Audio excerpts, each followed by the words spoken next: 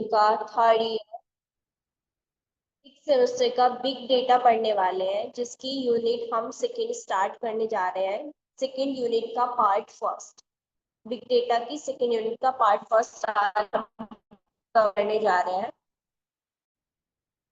अब big data का objective क्या है?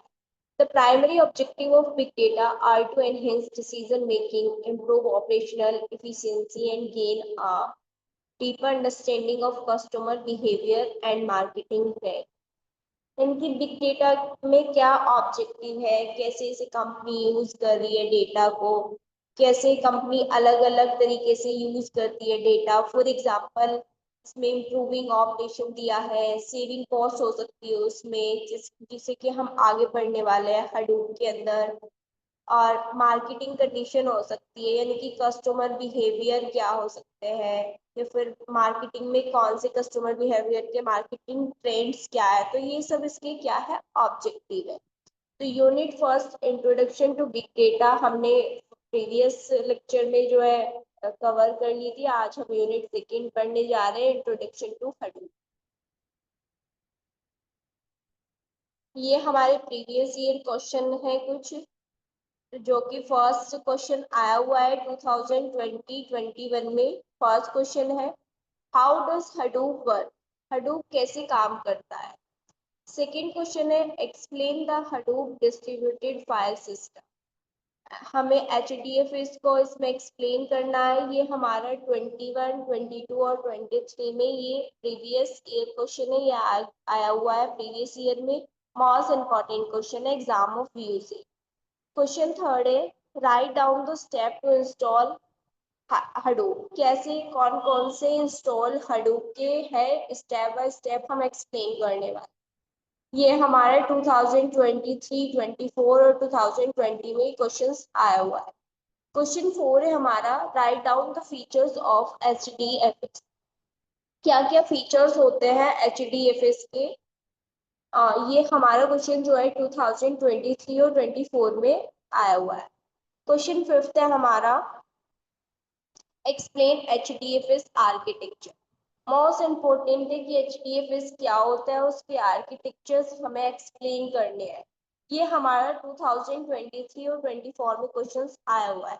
लास्ट क्वेश्चन है इसका, ये हम टू पार्ट्स में डिवाइड करने वाला है यूनिट। तो 6 क्वेश्चन इसमें और 6 क्वेश्चन जो है प्रीवियस जो है हम नेक्स्ट लेक्चर में डिस्कस करेंगे। Explain the components of Hadoop.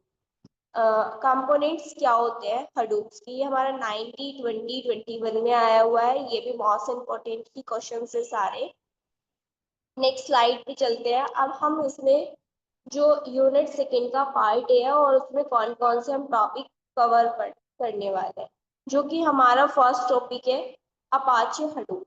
कि अपाचे हडूप क्या होता है, कंपोनेंट्स क्या होते हैं, और उन कंपोनेंट्स का सॉल्यूशंस क्या क्या है। पहले हम सॉल्यूशंस देखेंगे। हिस्ट्री क्या है हडूप की, थर्ड टॉपिक्स में। फोर जो है हमारा कंपोनेंट्स ऑफ हडूप, वो जो है components of Hadoop as a solution है, और ये जो है कंपोनेंट्स ऑफ हडूप है। फिफ्थ है हमारा, हाउ हडूप वर्क। हडूप कैसे काम करता है। सिक्स है हमारा, हडूप के एडवांटेजेस एंड डिसएडवांटेजेस। अगर हम हडूप पढ़ रहे हैं तो उसकी कोई टेक्नोलॉजी है तो उसके एडवांटेजेस और डिसएडवांटेजेस भी होंगे, तो इसलिए हम सिक्स जो हमारा है हडूप के एडवांटेजेस और डिसएडवांटेजेस है। सेवेंथ में पढ़ने वाले हम HDFS। HDFS क्या होता है, यानी कि हडूप डिस्ट्रीब्यूटेड फाइल सिस्टम क्या होता है, पूरे एक्सप्लेन डिस्कस में पढ़ने वाले। 8 नंबर पे है हडूप मैप रिड्यूसिंग। हडूप के कौन कौन से मैप रिड्यूसिंग है। 9 में हडूप यार्न। हडूप का यार्न की फुल फॉर्म होती है येट अनदर रिसोर्सेज नेगोशिएट। 10 पे हमारा हडूप डेटा फॉर्मेट्स। डेटा के कुछ फॉर्मेट्स होते हैं, वो भी हम डिस्कस करने वाले हैं। 11 में हमारा Hadoop scaling out. Scaling out यानी कि हडूप के अंदर कौन कौन सा स्केलिंग आउट होती है। स्केलिंग इन भी होती है और स्केलिंग आउट भी होती है, टू टाइप्स की स्केलिंग होती है। 12 में हम पढ़ने वाले हैं हडूप आचो सिस्टम। ये हडूप के आचो सिस्टम क्या है, अब यही टॉपिक है हमारे यूनिट सेकंड के, और ये आज कवर करने वाले हैं। इसके बाद हमारी हैप्पी एंडिंग होता है। अब देखते हैं हडूप की हिस्ट्री। हडूप की हिस्ट्री क्या होती है? आपको ये सिंबल दिख रहा होगा हडूप के एलिफेंट। यही क्या है, एक हडूप है, क्योंकि इसी टेक्नोलॉजी को इसी सिंबल से यानी कि इसी लोगो से हम क्या करते हैं, रिप्रेजेंट करते हैं। ये जो है हडूप की हिस्ट्री है। देखते हैं हिस्ट्री में क्या है। Hadoop was started with the dog cutting and Mike Gafrila year 2002 when they both started to work on Apache Nudge project. Hadoop ये दो पर्सन दिए हुए हैं आपको, एक तो है हमारा Dutch coating and Mac गफ्रीला।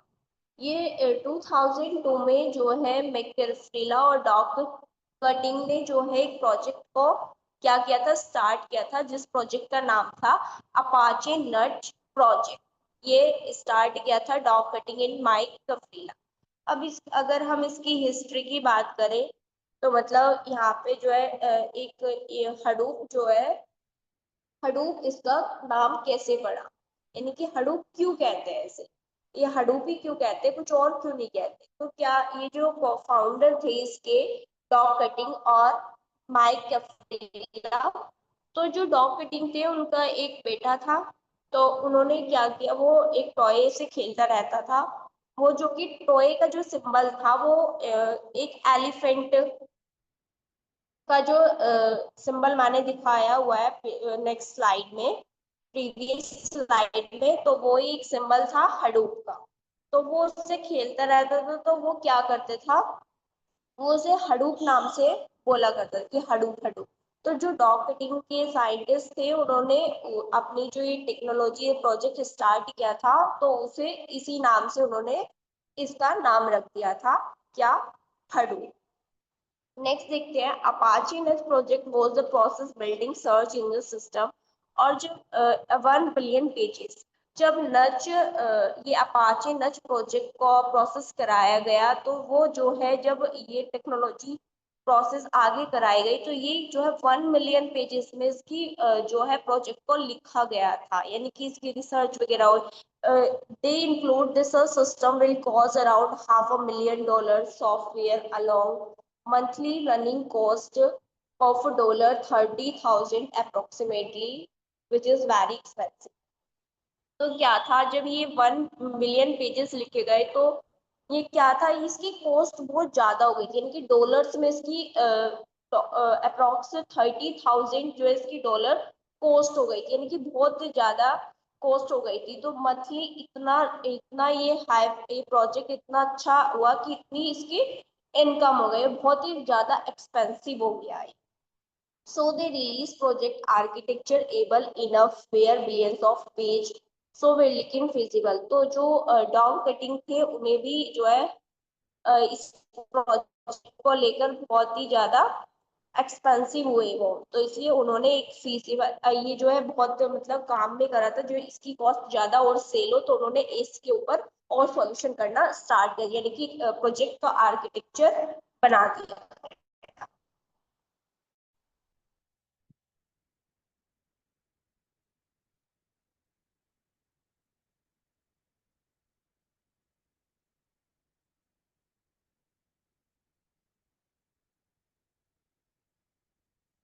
Next slide पे हम the implementation was as well as the problem of storage and processing large data set।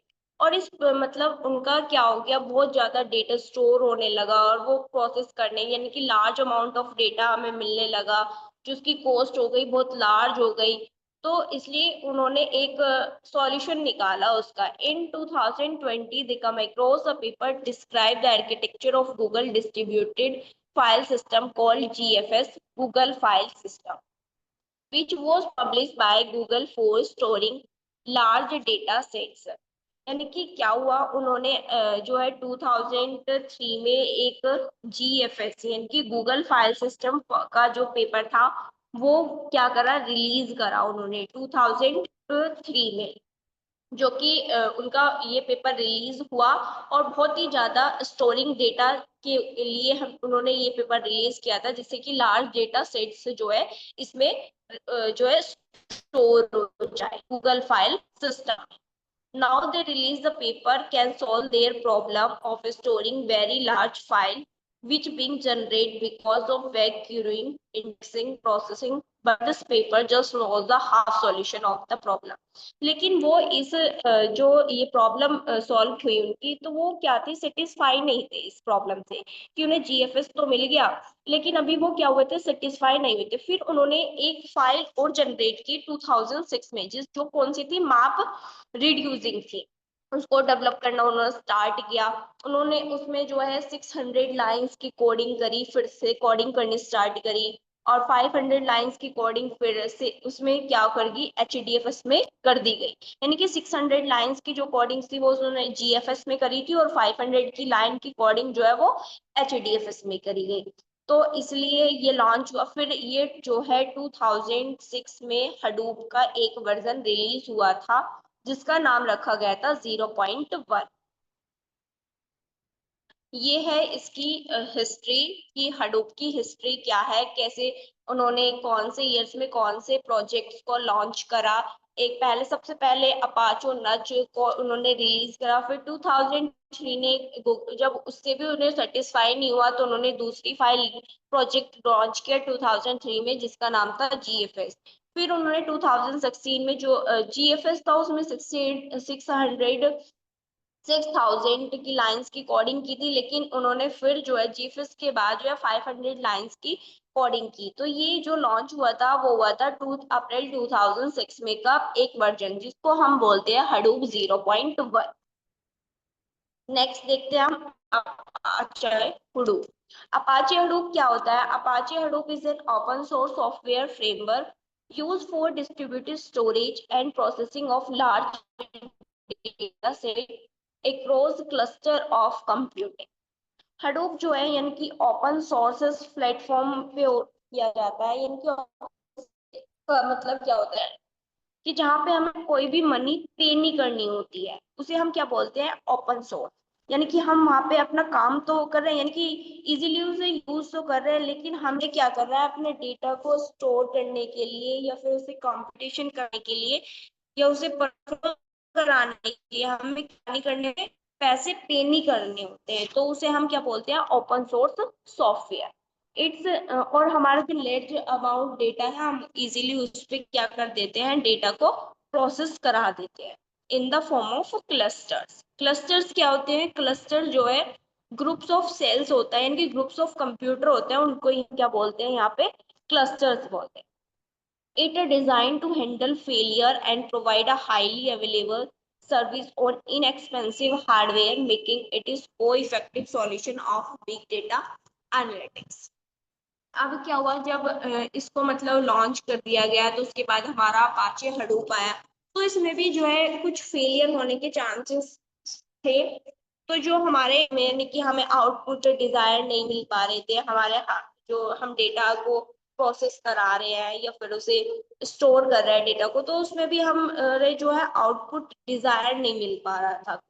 तो उसके लिए हमने क्या करा, आउटपुट के लिए इसमें हमने एक जावा प्रोग्रामिंग पर काम करना शुरू कर दिया। तो जब जावा प्रोग्रामिंग आया इसके अंदर, तो वो हमारा क्या हुआ, अपाचे हडूप बहुत अच्छे से काम करने, यानी कि एक्सपेंसिव हार्डवेयर, और इसमें हाईली फैलेगी, कॉस्ट इफेक्टिव भी है, यानी कि सॉल्यूशन ऑफ, और ऐसे ही बिग डेटा में डेटा एनालिटिक्स का सॉल्यूशन मिल गया इन अपाचे हडूप। अब नेक्स्ट कॉमन कंपोनेंट की बात करते हैं हडूप में, जो कि पहला कंपोनेंट है एचडीएफएस। ये हडूप में ही होता है। एचडीएफ यानी कि इसको बोलते हैं हडूप डिस्ट्रीब्यूटेड फाइल सिस्टम। जो एचडीएफएस होता है वो डिस्ट्रीब्यूटेड फाइल सिस्टम है, या स्टोरेजिंग फॉर्म एचडीएफएस बोलते हैं इन अ फॉल्ट टॉलरेंट मैनर। और ये फॉल्ट टॉलरेंट मैनर्स में होते हैं, यानी कि फॉल्ट टॉलरेंट यानी कि जब अगर हमारा जो कोई सॉफ्टवेयर है या फिर हमारा कोई प्रोजेक्ट है वो फेल हो जाता है, तो उसमें जो है ऑटोमेटिकली वो क्या देता है, रन कर देता है, यानी कि ऑटोमेटिकली वो इंस्ट्रक्शन दे देता है कि इसमें ये प्रॉब्लम है, तो उसे हम क्या बोलते हैं यहाँ पे, फॉल्ट टॉलरेंट। तो वो क्या करता है हमारा एचडीएफएस, अगर हमारी कोई फेलियर हार्डवेयर फेलियर हो जाता है तो वो ऑटोमेटिकली उसे सॉल्व कर देता है। It divide data into blocks and blocks and distributed them across multiple nodes in the cluster। और जो ये डेटा अगर हमारा स्टोर है इसमें मल्टीपल ब्लॉक्स में डिस्ट्रीब्यूट कर दिया गया है और in the form of nodes में, और उसको ही हम यानी कि क्लस्टर, क्लस्टर में कैसे कि मल्टीपल डेटा है हमारा, और यानी कि क्लस्टर बताया ना मैंने अभी, ग्रुप्स ऑफ कंप्यूटर, यानी कि ग्रुप्स ऑफ कंप्यूटर में हमारे ब्लॉक्स बने हुए हैं, वो डिस्ट्रीब्यूट है data in the form of nodes in the cluster. Third point is that the distributed storage enables scalability, fault tolerance, meaning does not fail, the data can access from the other node।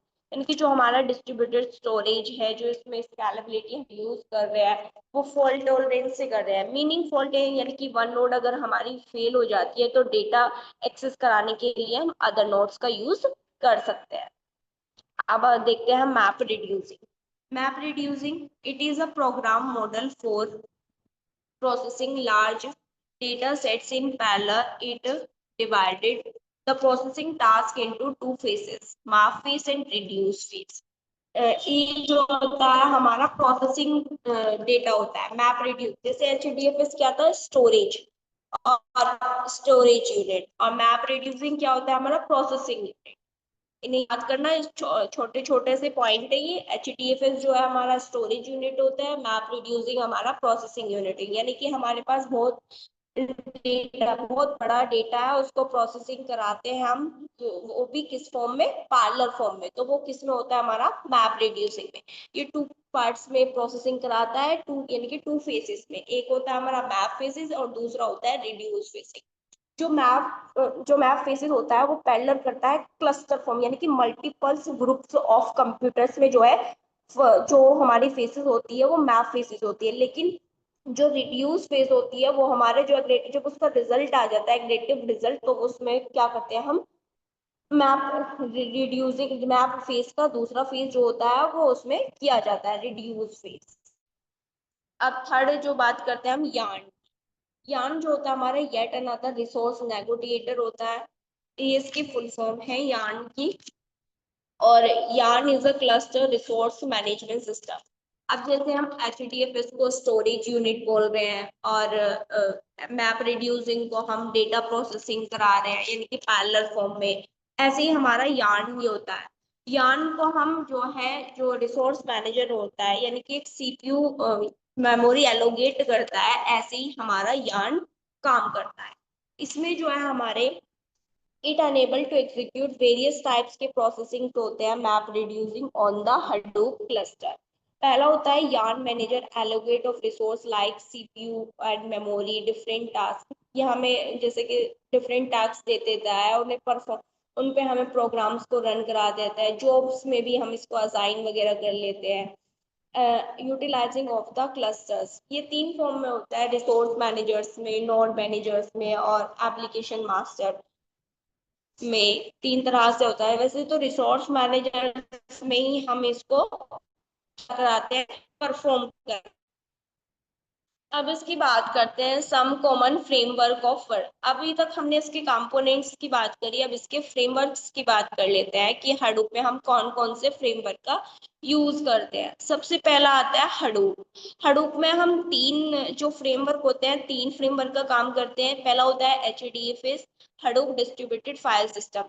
जो Hadoop distributed file system होता है वो एक machines की तरह काम, यानी कि स्टोरेज डेटा को क्लस्टर फॉर्म, एक मशीन में जो है स्टोरेज डेटा का काम करता है। मैप रिड्यूसिंग जो है, मैप रिड्यूसिंग जो है पैरेलल प्रोसेसिंग होती है, और वो पैरेलल जो हमारा, जो हमने पैरेलल प्रोसेसिंग में अपने प्रोग्राम को एग्जीक्यूट कराया है या फिर से रन कराया है in the form of parallel में, वो मैप रिड्यूस करता है। यार्न जो है हमारे एक मैनेजर रिसोर्सेज होता है जो कि नोड मैनेजर को ट्रांसफर करने के बाद वो एप्लीकेशन मास्टर में ट्रांसफर कर देता है, यानी कि येट अनदर रिसोर्स नेगोटिएटर, एक CPU मेमोरी होती है। अब हम बात करते हैं इसके सेकंड कॉमन फ्रेम्स।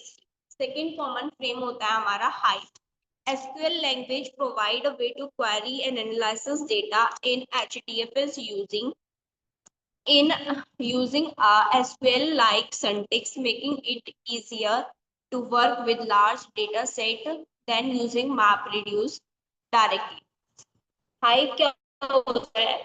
अब इसमें हम एसक्यूएल लैंग्वेज का यूज करते हैं अपनी क्वेरीज को एनालिसिस करने के लिए, या फिर हमें कोई सिंटेक्स बनाना होता है तो वो भी हम हाइव में ही बनाते हैं, जैसे कि वो हमारा इजीली काम कर जाता है। जो हमारा लार्ज डेटा सेट्स होता है और उसमें हमें कोई सिंटेक्स बनाना होता है तो वो हम हाइव्स में बनाते हैं। हाइव जो है हमारे डेटा का यूज करता है, यानी कि डेटा के स्ट्रक्चरिंग करने में ये हमारा काम करता है।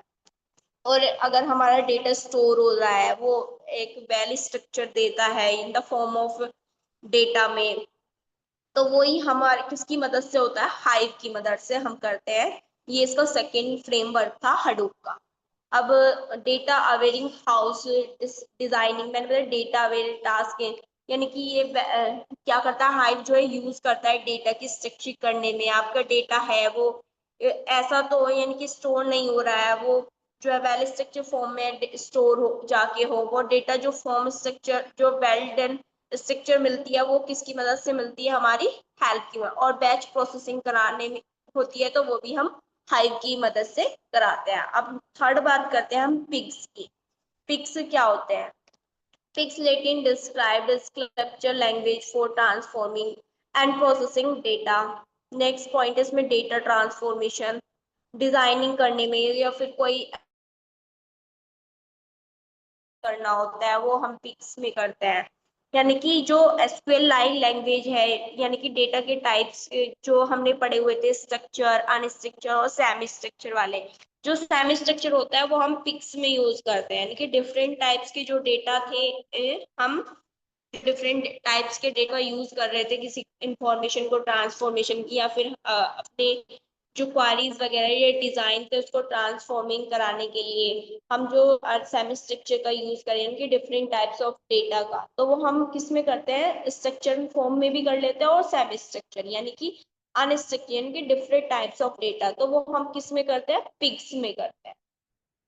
अब इसकी बात करते हैं डिसएडवांटेजेस के। तो इसके एडवांटेजेस हुए हैं। तो पहला जो एडवांटेज है वो है वाइड डेटा सोर्स है, सेकंड है कॉस्ट इफेक्टिव, थर्ड परफॉर्मेंस है, फॉल्ट टॉलरेंट है, अवेबिलिटी है, ये सारे एडवांटेजेस है। लो नेटवर्क ट्रैफिक है, हाई थ्रूपुट है, ओपन सोर्स है, स्केलेबल है, इजी टू यूज है, कॉम्पैक्टेबिलिटी है, मल्टीपल लैंग्वेज सपोर्ट है। तो अब हम बात करते हैं कि अवेबिलिटी, यानी कि हमारा जो एबिलिटी क्या होता है, यानी कि जो लार्ज अमाउंट ऑफ डेटा होता है वो कैसे स्टोर कर होता है हडूप के अंदर। हडूप जो है वो एक इतना एबल होता है कि लार्ज अमाउंट में डेटा को स्टोर कर सकता है। हम पहले क्या करते थे कि टेराबाइट्स और जीटाबाइट्स में डेटा को स्टोर नहीं कर पाते थे, या फिर उसे प्रोसेस नहीं कर पाते थे। तो हडूप के आने से क्या हुआ, हम डेटा को इजीली स्टोर करें, इतना हाई वॉल्यूम होता है उसका कि हम डेटा को एबल यानी कि एक डेटा को स्टोर यानी कि एक एबल डेटा बन गया है। इतने हडूप के आते ही वो पूरे जो हमारे टेराबाइट्स और गीगाबाइट्स के डेटा को इतने डेटा को स्टोर कर रहे हैं, तो वही हमारी क्या होती है, एबिलिटी होती है। अब इसमें नेक्स्ट बात कर लेते हैं फॉल्ट टॉलरेंट की। फॉल्ट टॉलरेंट क्या होता है? अगर कोई मतलब आप टेक्नोलॉजी या फिर आप कह सकते टेक्नोलॉजी में कोई प्रॉब्लम आ जाती है, यानी कि ऑटोमेटिकली उसे जो सॉल्व, मैंने बताया ना कि जो ऑटोमेटिकली प्रॉब्लम सॉल्व करना होता है, या फिर हमारे जो हडूप इतना केपेबल है कि अगर उसमें कोई प्रॉब्लम अगर होती है तो वो ऑटोमेटिकली सोल्व कर सकता है, तो वो ही तब होता है फॉल्ट टॉलरेंट, और ये इसका एडवांटेजेस भी है हडूप का। अब इसका बात करते हैं परफॉर्मेंस की। अगर आपका डेटा मतलब मल्टीपल जगह पे स्टोर है और अब वो डेटा फेल हो जाता है, और जहाँ आपका डेटा मल्टीपल जगह पे स्टोर था उसकी कॉपीज की मल्टीपल जगह पे वो डेटा स्टोर है, तो वहां से वो क्या हो गया, फेल हो गया। तो उसकी कुछ कॉपी हो सकती है जो कि डेटा की स्पीड जो है हाई होती है, इसलिए वो क्या होता है, हमारे डेटा को परफॉर्म करता रहता है, यानी कि एक जगह से मल्टीपल जगह पर वो स्टोर डेटा है तो उसमें ही वो क्या करता है, परफॉर्मेंस दिखा, ये भी इसका एडवांटेजेस है हडूप का। अब इसकी बात करते हैं कैपेबिलिटी, थर्ड उसमें जो दिख रहा है कैपेबिलिटी की। कैपेबिलिटी यानी कि एक प्लेटफॉर्म होता है, ये ऐसा नहीं कि हडूप जो है एक ही प्लेटफॉर्म पे सपोर्ट कर रहा है, वो जो है हर कोई से भी प्लेटफॉर्म पे जो है वो सपोर्ट कर सकता है। यही हमारी क्या होती है, इसका एडवांटेजेस होता है कि कैपेबिलिटी का मतलब होता है कि ये नहीं है कि हडूप एक ही प्लेटफॉर्म पे जो है सपोर्ट कर रहा है, वो डिफरेंट टाइप्स के प्लेटफॉर्म पे ही सपोर्ट कर सकता है। अब इसकी कंप्यूट यानी कि डिस्ट्रीब्यूटिव कंप्यूटिंग भी होती है कुछ, यानी कि मल्टीपल लैंग्वेज सपोर्ट। जो हमारा डेटा होता है वो डिस्ट्रीब्यूटेड फॉर्म में होता है, डेटा यानी कि हमारा डेटा मल्टीपल जगह पर स्टोर है और वो डिस्ट्रीब्यूट होता रहता है, तो उसे हम distribute computing in multiple language supports में, ये भी इसका एडवांटेजेस है एडोब के अंदर। अब देखते हैं कॉस्ट इफेक्टिव। कॉस्ट इफेक्टिव क्या है कि जो हम बात करें ट्रेडिशनल मेथड की, तो जो हम ट्रेडिशनल मेथड में जो डेटा यूज कर रहे थे अपने प्रोग्राम करने के लिए, मतलब प्रोग्राम्स को एग्जीक्यूट कराने के लिए, तो वहाँ पे जो थी जब प्रोग्राम रन एग्जीक्यूट करा रहे थे उनकी कॉस्ट बहुत ज्यादा हो रही थी प्रोग्राम की, तो हडूप से क्या हो गया कि वो कॉस्ट इफेक्टिव हो गए, वो कॉस्ट उसकी कम हो गई, तो इसलिए ये एडवांटेजेस है इसका हडूप के अंदर कि वो कॉस्ट इफेक्टिव होते हैं। अब इसमें प्रोसेसिंग भी कराई जाती है, बहुत हाई थ्रूपुट होते हैं, ओपन सोर्स होते हैं, यानी कि हमें इसमें कोई मनी पे नहीं करनी होती है, ये भी इसका एडवांटेजेस होता है हडूप का। और पैरेलल प्रोसेसिंग में क्या होता है, पैरेलल यानी कि हम एक एट अ टाइम यानी कि मल्टीपल आउटपुट्स दे सकते हैं और उस पर प्रोसेस करा सकते हैं और उससे आउटपुट ले भी सकते हैं, तो ये भी इसका क्या होता है एडवांटेजेस होता है आउटपुट के, हडूप के एडवांटेजेस ऑफ हडूप। अब इसके डिसएडवांटेजेस की बात कर लेते हैं कि कौन कौन से उसके डिसएडवांटेजेस होते हैं। पहला होता है सिक्योरिटी होता है, आइटरेटिव प्रोसेसिंग होता है, third support and batch processing होता है, फोर्थ नंबर पे हमारा प्रोसेसिंग ओवरहेड है, फिफ्थ नंबर पे वल्नरेबल बाय नेचर है, और लास्ट है इशू विद स्मॉल फाइल्स। अब क्या क्या इश्यूज आ सकते हैं हमारे वेरी स्मॉल फाइल यानी कि स्मॉल डेटा के अंदर, ये क्या होता है स्मॉल डेटा के लिए इफेक्टिव नहीं होता है, यानी कि जो हार्ड क्लस्टर मैनेजमेंट होते हैं वो ग्रुप्स ऑफ डिवाइस में होते हैं क्लस्टर, तो उन क्लस्टर को मैनेजमेंट करना बहुत हार्ड होता है, तो ये भी एक क्या है इसका एडवांटेजेस है हडूप का। अब इसकी सिक्योरिटी, एक इसकी स्टेबिलिटी इश्यूज आ सकता है इसमें। अब इसकी सिक्योरिटी क्या है, सिक्योरिटी इसको कैसे कंसर्न करनी है, और एचडीएफएस में ये हमारी सिक्योरिटी बहुत ही यूज हो जाती है इन हडूप में, तो ये सब इसके एडवांटेजेस हैं। आइटरेटिव प्रोसेसिंग, एक ही टाइम में हम आइटरेटिव प्रोसेसिंग कैसे कराते हैं हडूप का, तो ये भी इसका डिसएडवांटेजेस। अब जो है मोस्ट इम्पोर्टेंट है हाउ हडूप वर्क, हडूप काम कैसे करता है। तो Hadoop work by distributed data and processing task across a cluster of computer enabling parallel processing of large data sets। यानी कि क्या होता है ये हमारा जो हडूप होता है ये काम कैसे करता है, यानी कि एक डेटा स्टोर होता है, यानी कि एक जीबी में डेटा है और उसको स्टोर हो गया है, हो जाए यानी कि डेटा स्टोर हो गया हडूप में, ब्लॉक्स फॉर्म में हो सकता है वो हमारा, उसका जो साइज होगा वो 128 MB हो सकता है, ये नहीं है कि हम जो है 64 MB का ही ले रहे हैं, 128 में ही वो प्रेफर करता है हडूप। जो ब्लॉक्स का साइज ले रहे हैं हम इसमें डिस्ट्रीब्यूट अपने डेटा को पैरेलल प्रोसेसिंग कराने के लिए या फिर डेटा को स्टोर करने के लिए। सेकंड पॉइंट है इसका, it utilize module like HDFS for storage map reduce data processing and yarn resource management. जो डेटा होता है वो फाइल्स में होता है, यानी कि हमारा डिस्ट्रीब्यूटेड फाइल्स फॉर्म में होता है जो कि वेरियस क्लस्टर में होता है, और उसे प्रोसेसिंग कराने के लिए हमें हमारे जो ब्लॉक्स होते हैं वो डेटा स्टोर होते हैं एचडीएफएस में, तो वो डेटा जो स्टोर होते हैं उसकी जो कॉपीज होती है, अगर एक मतलब वही है कि स्केलेबिलिटी कैसे चेंज कर सकते हैं, इसकी कॉस्ट क्या हो सकती है, इसे कैसे फ्लेक्सिबिलिटी किया जा सकता है। हडूप इसमें हमें जो है टास्क परफॉर्म किए जाते हैं, अगर कोई टास्क हमारा सर्टेनली कंप्यूटर के अंदर डेटा सेंड कर दिया गया है, यानी कि वो टास्क परफॉर्म तो करा दिया लेकिन उसमें कुछ सर्टेनली कंप्यूटर में कुछ सेंड कर दिया गया, कुछ डेटा सेंड कर दिया गया, और जॉब्स असाइन वगैरह लिखे जाते हैं, डिबगिंग लॉग्स जो लिखे जाते हैं वो भी हम हडूप के जो काम कैसे करता है वो भी हडूप की बात करते हैं हडूप के एचडीएफएस की, यानी कि एचडीएफएस डिस्ट्रीब्यूटेड फाइल सिस्टम।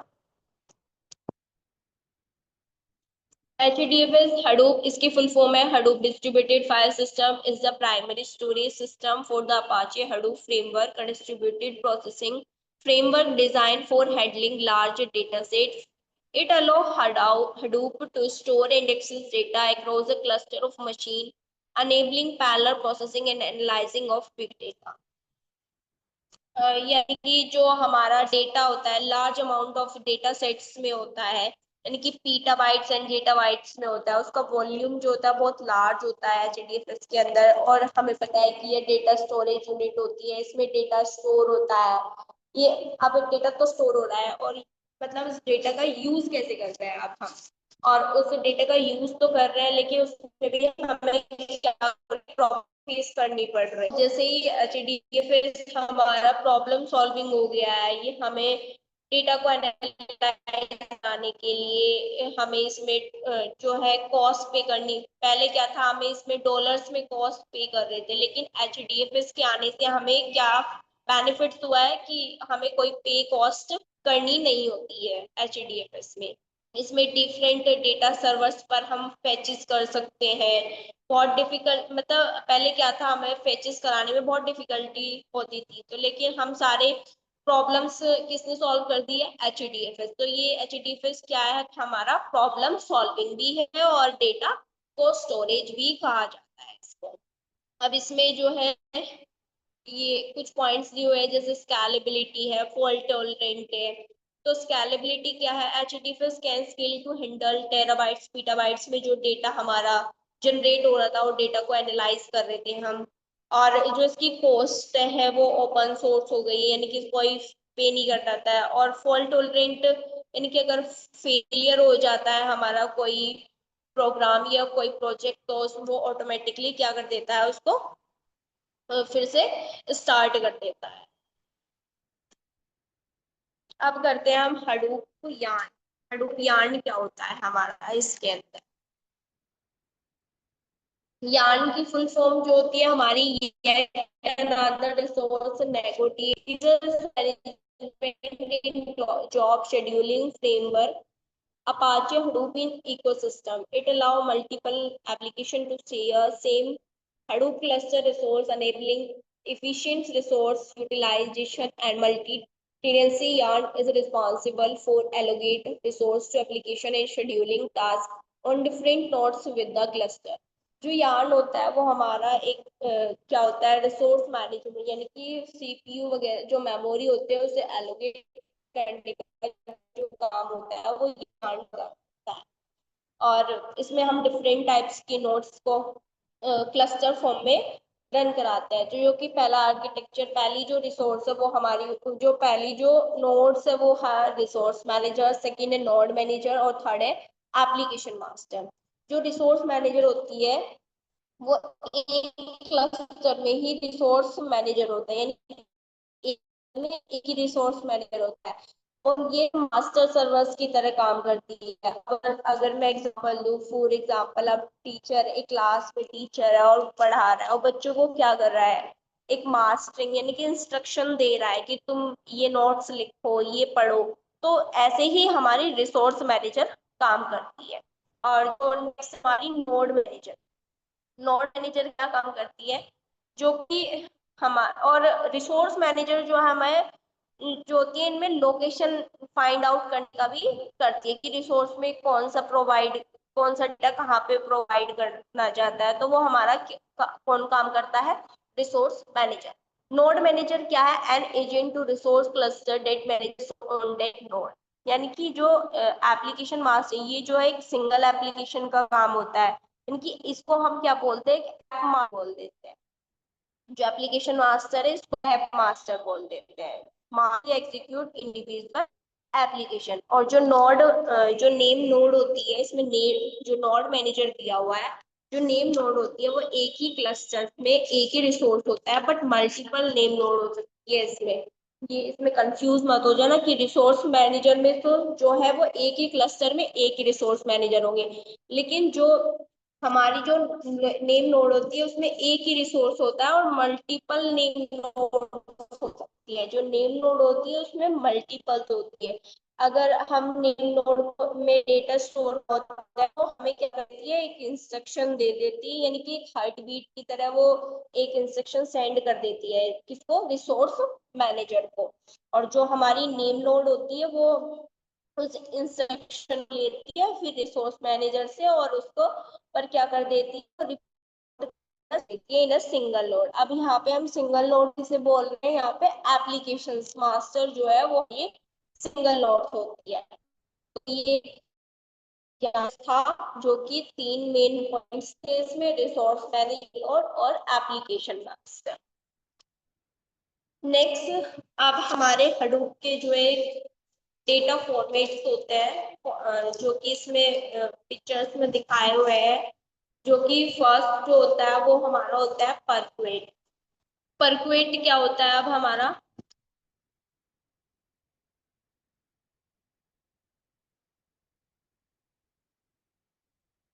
परक्वेट में हम क्या करते हैं, कॉलम बेस्ड यानी कि स्टोरेज फॉर्मेट में हम यूज करते हैं। एक नाम होता है हमारा क्लाउड्रा, तो वो हम जो है परक्वेट में यूज करते हैं।